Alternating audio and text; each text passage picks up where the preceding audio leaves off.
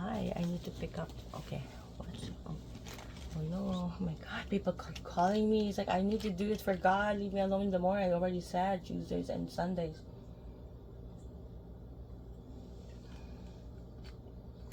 I'm not gonna thank God first. Oh gosh, anyways.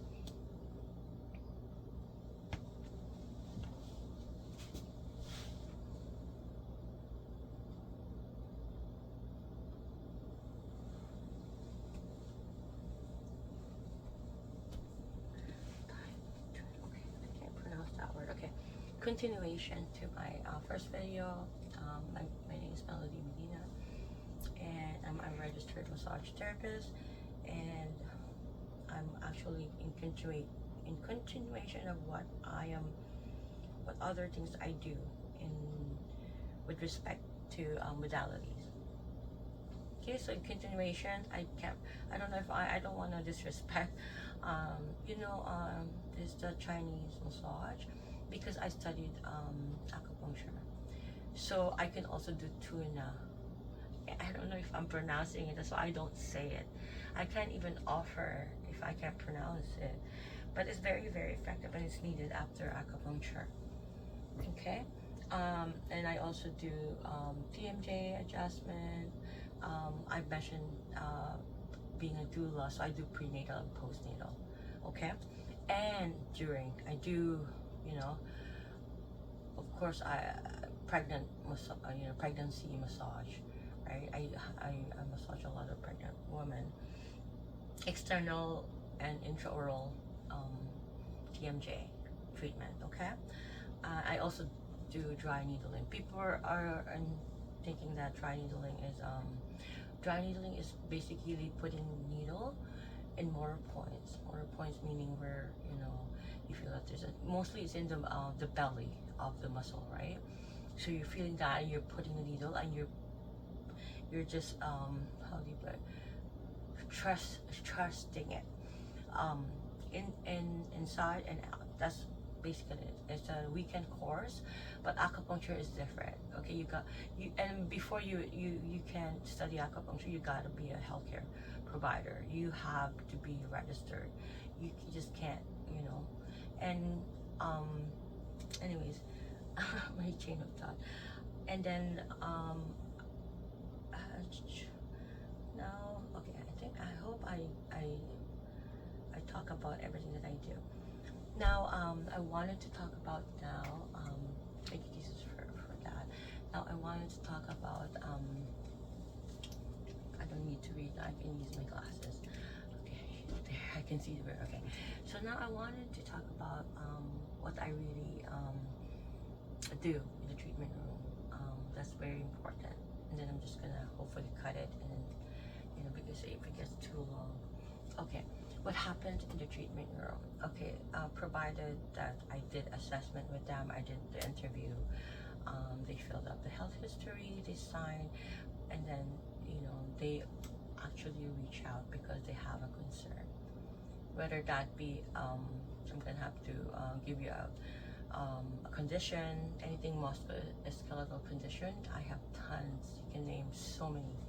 Anything inflammation, inflame, itis, any itis you can name, bursitis, tendonitis, whatever. Itis meaning aka inflamed area, that can be treated by me, whether that be a joint, ligaments, or muscle related. I can treat. Therefore, with the bone, we have restriction. We cannot go until grade 5. We cannot push until that, but we are allowed to go grade 4 in terms of joint mobilization. Okay, but okay. Having said that, what happened in the treatment room? I have no notes, guys. This is raw. Okay, I'm not gonna do anything as well, because if I do, this is God's taking away. I've been trying to have this YouTube channel for so long, and finally God has sent me people that I can trust. They're Jesus, they're Christians as well, that who are willing to help me, so that I could be focusing on the treatment versus because I need to educate. That's part of my job as an RMT, and part of my job as giving them prescription is to give them the stretches and exercises, right? Regardless if they're seeing a physio, regardless, they're seeing other practitioner.